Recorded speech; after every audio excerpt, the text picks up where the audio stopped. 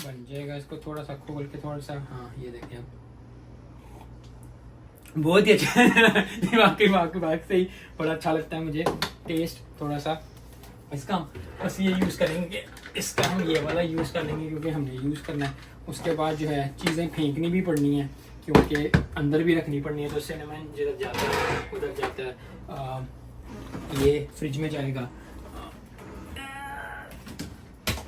चीज़ें गिर रही हैं लेकिन अब क्या करें, वीडियो बनानी है। तो ये जो है वो मैं यही कह रहा था कि आप फिटनेस जब जर्नी कर रहे होते हैं तो बहुत लोग जो है सिर्फ वेजिटेबल, सिर्फ जो है चिकन, सिर्फ और यहाँ प्रोटीन के साथ वाटर पीते हैं और ये चीज़ें यूज़ करते हैं। लेकिन अगर आप जो हैं सिर्फ इस तरह की चीज़ें भी यूज़ करें तो ये रोज़ रोज़ नहीं कर सकते, क्योंकि अगर आप रोज़ रोज़ ये खाएंगे तो आपका वेट बढ़ने का डर होगा या आपको फिर वो नहीं कर पाएंगे। तो बहुत ज़्यादा चीज़ें, फ़ोन भी आ गए, लोग कह रहे हैं कि जी सानू गल्लां करो साढ़े नाल, लेकिन नहीं हो सकती क्योंकि अब आवाज़